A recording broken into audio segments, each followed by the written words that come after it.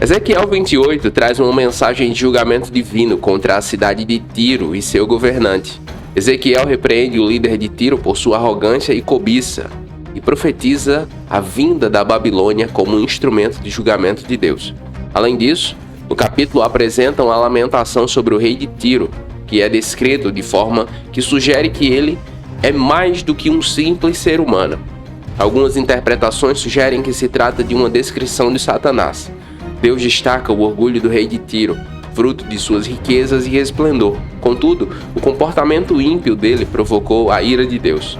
O rei de Tiro é alguém tão perverso que o Senhor o utiliza como figura de comparação ao próprio Satanás. A partir do versículo 12 tem início o que alguns acreditam ser a descrição da glória do querubim ungido, que hoje é o diabo. A descrição continua até o versículo 19. Neste trecho, vemos como o Senhor o revestiu de glória e como no final seu coração se tornou soberbo. O capítulo também inclui uma profecia de julgamento contra a cidade de Sidom, que estava ligada a Tiro. Em meio a essas mensagens de julgamento, há uma promessa de restauração e bênção para Israel, que seria estabelecido novamente em sua própria terra e desfrutaria da proteção e prosperidade divinas. É sobre isso que nós vamos refletir em Ezequiel 28. Então, se inscreva no canal e ative todas as notificações para você não perder nenhuma parte. E fique comigo até o final, porque há uma palavra de Deus para você. Ezequiel 28 possui 3 partes, que vão do versículo 1 até o versículo 26. Nós vamos estudar este capítulo apresentando 2 versões teológicas. Uma que entende que o rei de Tiro é um ser humano, uma pessoa, uma autoridade, e uma outra visão que acredita que parte desse capítulo se refere a Satanás. Lembrando que eu não vou ler todos os versículos do capítulo para que o estudo não fique tão grande, mas se você quiser um estudo mais detalhado de Ezequiel 28, é só você acessar o jesuseabiblia.com e na barra de pesquisa colocar Ezequiel 28, ou, se você preferir, acessar pelo link que está na descrição, tá bom? Então vamos lá. A primeira parte de Ezequiel 28 vai do versículo 1 até o versículo 10, e um versículo que eu considero chave nesse trecho é o que está escrito no versículo 5, veja o que diz: Pela tua grande sabedoria no teu comércio, aumentaste as tuas riquezas e elevou-se o teu coração por causa das tuas riquezas. Algumas verdades importantes que nós precisamos saber com relação a essa parte. Primeiro, a soberba do líder de Tiro, a soberba do rei de Tiro. Nessa parte, o Senhor Deus revela a mensagem contra o líder de Tiro, enfatizando sua soberba e arrogância. O versículo-chave destaca a influência da sabedoria e do comércio na elevação do coração do líder e na busca por riquezas. Ou seja, o sucesso dele foi a causa da sua ruína espiritual. E isso acontece muito, com uma frequência muito grande. Deus não tem problema que eu e você cresçamos e prosperamos. O problema é que nós precisamos guardar o nosso coração. O problema é que o reino de Deus precisa continuar sendo o grande foco da nossa vida. No caso do rei de Tiro, nós vemos que as riquezas dele distanciaram ele de Deus. Segundo, a falsa pretensão divina. O rei de Tiro, influenciado por sua arrogância, chegou a considerar-se um deus. Isso era bastante comum naquela época, um rei, por sua influência, poder e conquistas, achar-se que era uma espécie de divindade. E Deus confronta essa pretensão reafirmando que o líder, o rei, é apenas um humano e não um ser divino. Isso nos lembra da importância da humildade diante de Deus e do perigo de nos exaltarmos acima do que somos. Muitas pessoas, até mesmo muitos cristãos, acham que o grande sucesso dele, digamos assim, o grande desempenho, os resultados, é porque ele é bom, porque ele é especial de alguma forma, mas não é. É a graça de Deus. Nós, filhos e filhas, tudo que temos, o que somos, é fruto da graça de Deus. Jesus disse que os frutos que nós damos é porque nós estamos nele. Então, cuidado, guarde o seu coração para você não achar que os resultados que você produz são porque você é alguma coisa. Terceiro, o juízo divino sobre a soberba. Deus não permite que a soberba e a arrogância passem impunes. Ele anuncia o juízo que cairá sobre o líder, o rei de Tiro, como consequência de sua atitude. Isso nos ensina hoje sobre a importância de nos humilharmos diante de Deus e evitarmos cair na armadilha da arrogância, pois a soberba precede a queda. Duas pessoas para mim são uma influência desde que eu era garoto, desde que eu era adolescente. Nesse sentido, é Daniel e José. Ambos estavam em um contexto completamente difícil, desfavorável, e Deus abençoou. Eles prosperaram em todos os aspectos, mas mantiveram a humildade no coração. Mantiveram.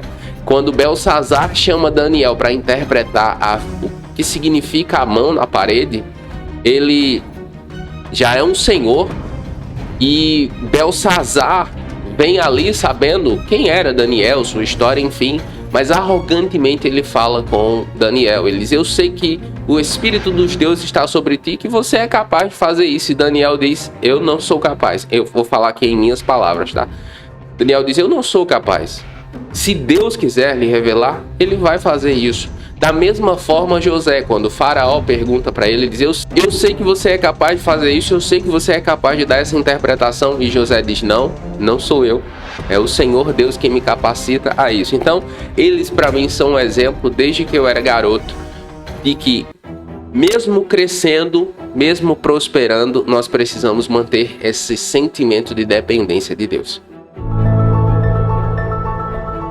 O texto continua, e aqui na segunda parte nós vemos a queda do rei de Tiro e sua arrogância. E veja o que diz o versículo 17 e a parte B do versículo: lançar-te-ei por terra, diante dos reis te porei, para que olhem para ti.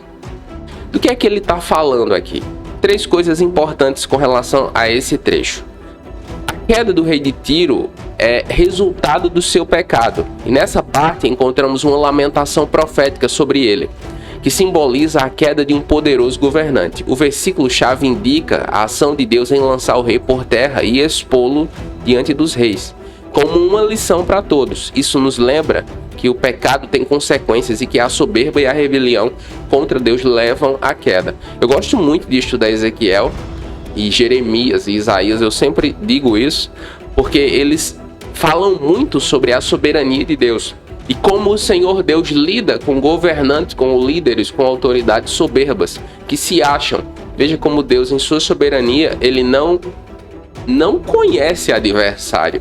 Aqui, o rei de Tiro, que se acha muito, se acha inclusive um Deus, será julgado pelo Senhor, e não há nada que impeça o Senhor de fazer isso.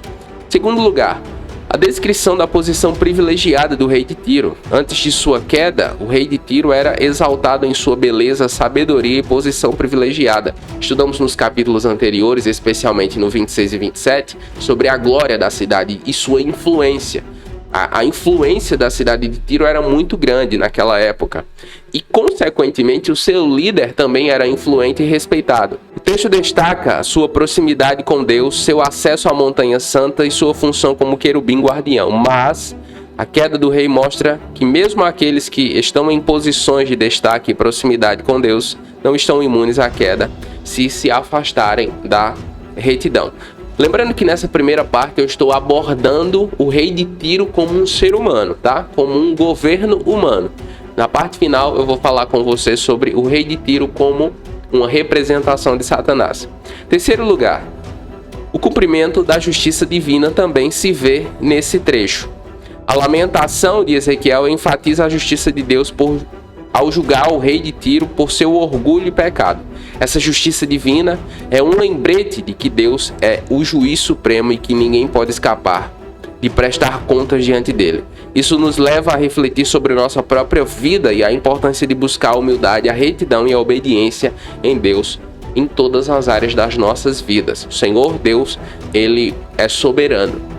O Senhor Deus é quem exalta e é quem abate. O Senhor Deus é quem permite, inclusive, que pessoas como o ditador da Coreia do Norte estejam no poder, por mais absurdo que isso pareça. Pois é.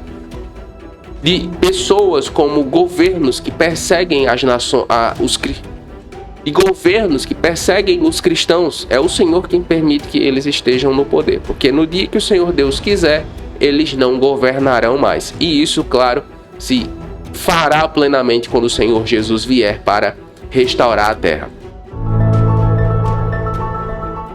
texto continua e aqui na terceira parte nós vemos o julgamento de Sidom e a restauração de Israel, dos versículos 20 a 26. Um versículo que eu considero chave nessa parte é o versículo 25, que diz: Assim diz o Senhor Deus, quando eu reunir a casa de Israel no meio dos povos, entre as quais estão espalhados, então serei santificado neles perante os olhos das nações. O que esse texto nos ensina? 3 coisas importantes que precisamos ter em mente aqui.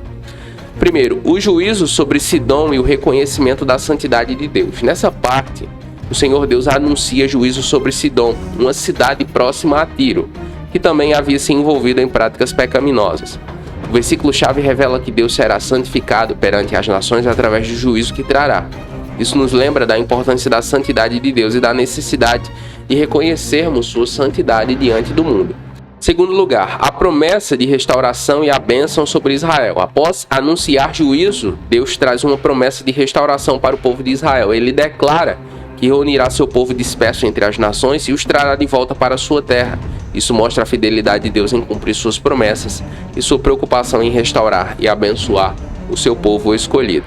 E por fim, a garantia da presença de Deus com todo o Israel. Esse trecho, também essa segunda parte dos versículos de 20 a 26, termina com a promessa de que Israel habitará em sua própria terra e que Deus será o seu Deus. Essa promessa aponta para a presença constante de Deus em seu povo, demonstrando seu amor e cuidado contínuo com ele.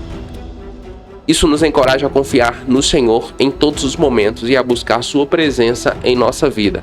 Apesar de Israel estar aqui vivendo, Israel, Judá, na verdade, está vivendo um momento muito complicado, muito turbulento, o Senhor Deus promete que os restaurará como sempre fez. Agora eu quero conversar com você sobre o trecho de Ezequiel 28, que muitos acreditam ser uma referência ao próprio Satanás. Vamos ler dos versículos 12 a 14. Filho do homem, erga um lamento a respeito do rei de Tiro e diga-lhe: assim diz o soberano Senhor. Você era um modelo de perfeição, cheio de sabedoria e de perfeita beleza. Você estava no Éden, no jardim de Deus, e todas as pedras preciosas o enfeitavam: sárdio, topázio e diamante, berilo, ônix e jaspe, safira, carbúnculo e esmeralda. Seus engastes e guarnições eram feitos de ouro. Tudo foi preparado no dia em que você foi criado. Você foi ungido como um querubim guardião, pois para isso eu o determinei. Você estava no monte santo de Deus e caminhava entre as pedras fulgurantes. Então aqui nós vemos uma descrição de alguém que parece não ser um ser humano, e alguém que parece mais ser um ser angelical, até porque há algumas colocações geográficas aqui que são bem diferentes. Por exemplo, você estava no Éden. O rei de Tiro não estava no Éden, não é verdade? Outra coisa, os engastes, né? a armadura, a roupa, você estava revestido de ouro. Tudo foi preparado no dia em que você foi criado. Então parece não estar falando de um ser humano. E diz: você foi ungido como querubim guardião. Para isso determinei. Então, outra coisa, outra referência geográfica: você estava no Monte Santo de Deus. Então o rei de Tiro não estava no Monte Santo de Deus. Isso eu estou falando de uma interpretação literal do texto. Então, vamos lá para as considerações teológicas. 3 coisas importantes sobre esse texto precisam ser ditas.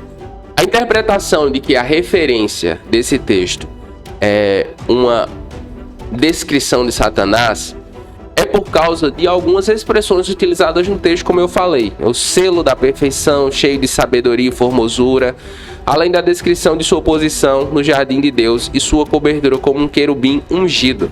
Essas descrições vão além, extrapolam a realidade de um ser humano comum, apontando mais para um ser angelical. Mas é importante notar que essa interpretação não é unânime entre os estudiosos. Nem todos os teólogos acreditam que essa é uma referência a Satanás, por causa do contexto do texto. E na interpretação bíblica, o contexto é algo fundamental, né? De quem o capítulo está falando. Na verdade, essa seção de Ezequiel, nós estamos falando da cidade de Tiro, do rei de Tiro. Então muitos teólogos entendem que Não, é apenas alguns veem o texto como se referindo principalmente a um governante humano, com elementos poéticos e simbólicos, o que realmente a Bíblia utiliza para enfatizar a gravidade de sua queda. Outros consideram que o texto tem um duplo cumprimento, abrangendo tanto o governante humano quanto a aplicação secundária a Satanás. Terceiro lugar, independentemente da interpretação que você escolha, que você acolher, é importante lembrar que o capítulo nos lembra da realidade do pecado, da queda e da soberba e nos adverte sobre as consequências dessas atitudes. Também destaca a necessidade da humildade diante de Deus e a importância de reconhecer a soberania dele em nossas vidas. Qual o meu posicionamento diante de textos como esse?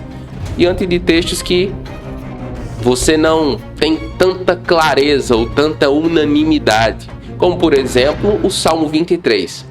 O Salmo 23 é um texto unânime de que todo mundo considera, pelo menos os teólogos sérios da história da igreja, consideram que está falando ali sobre Deus como soberano pastor. Então esse é um texto unânime. Textos que não são unanimidade, como Ezequiel 28, que ambos os lados podem ter razão, como eu me comporto. Eu procuro focar na mensagem principal. Eu procuro focar o que é que Deus está querendo me ensinar aqui. Qual é a mensagem mais importante aqui? É exatamente o terceiro ponto. Independente de se o Senhor Deus está falando sobre um rei humano, ou sobre o próprio Lúcifer, sobre Satanás, na verdade, a questão aqui é a advertência contra a soberba e a arrogância. Porque tanto o rei de Tiro quanto Satanás caíram por causa de sua arrogância. Então, é a maneira como eu lido com textos que não são unânimes teologicamente falando. Eu não fico discutindo, para mim é uma grande perda de tempo, até porque um texto como esse, por exemplo, não interfere em nada na salvação, tá? Eu ficar discutindo aqui com você sobre, não, é Satanás, não, é um rei humano, para mim não faz diferença, entende? É perda de tempo, para minha vida, tá? Isso aqui é para minha vida, então eu não perco tempo discutindo, porque para mim é só uma questão de quem tem razão, de querer ter razão, e eu não faço questão de ter razão. O meu foco é de fato entender o texto, a vontade de Deus no texto e vivê-la, porque eu não estou aqui apresentando a Bíblia para você, é para minha própria vida. O apóstolo Paulo disse a Timóteo: cuida bem de ti mesmo e da sã doutrina, porque fazendo isso salvarás tanto a ti mesmo quanto aqueles que te ouvem. Então o que eu estou fazendo aqui com você não é só para você, é para minha vida, entende? Então eu não fico perdendo tempo com discussões que não vão me aproximar de Jesus. Eu não fico investindo tempo em questões que não nos levam a lugar nenhum. Então esse é o meu posicionamento em textos como esse. Por fim, o que eu aprendo com Ezequiel 28? Na minha opinião, é o perigo da soberba e a arrogância humana diante de Deus. O capítulo nos mostra como o orgulho levou o líder de Tiro a se considerar divino, resultando em sua queda e julgamento. Essa advertência nos lembra que devemos buscar a humildade diante de Deus, reconhecendo que tudo o que temos e o que somos vem dele. Precisamos evitar a tentação de nos exaltarmos acima do que somos e confiar em Deus como nosso verdadeiro provedor e guia. A soberba é um obstáculo para a comunhão com Deus e pode levar à queda e ao julgamento. A lição de Ezequiel 28 nos convida a cultivar um coração humilde, dependente de Deus e reconhecer sua soberania em todas as áreas das nossas vidas. O grande problema apontado em Ezequiel 28 é o problema do orgulho, a tentação do orgulho, da soberba, do se achar. Infelizmente, muitos cristãos ainda caem nessa tentação. Orgulhosos, soberbos, se acham melhores que os outros, e isso não pode existir entre o povo de Deus. A melhor maneira de santificar o nosso ego é lendo, estudando e praticando a Bíblia Sagrada no nosso dia a dia. Para lhe ajudar com isso, eu criei o curso Sabedoria Bíblica para o Dia a Dia, exatamente para lhe ajudar a ler, entender e praticar a Bíblia no seu dia a dia. Com o método de estudar a Bíblia que eu ensino nele, você vai com certeza poder viver uma vida abundante em Jesus. Se você quiser saber mais informações sobre o curso, é só você clicar no link que está na descrição. Nos comentários, faça o seu pedido de oração e nós vamos orar com você e por você. E se você ficou comigo até aqui, escreva aí nos comentários: caráter santificado. E eu vou saber que você ficou comigo até o final. Eu oro para que Deus abençoe a sua vida e até a próxima.